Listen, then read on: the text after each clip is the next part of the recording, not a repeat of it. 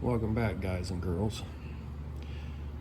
What this is a tool commonly referred to as a fly cutter.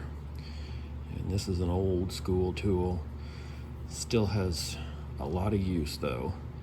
So you have a single cutter here that is adjustable in and out.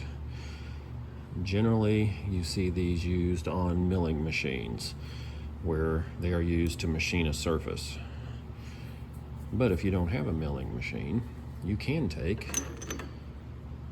put those in the chuck on your lathe.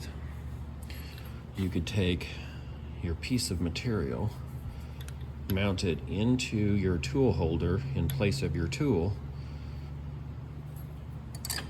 bring it up, do your machining that way. If you see one of these laying around, don't throw it away. Use it or find someone who can.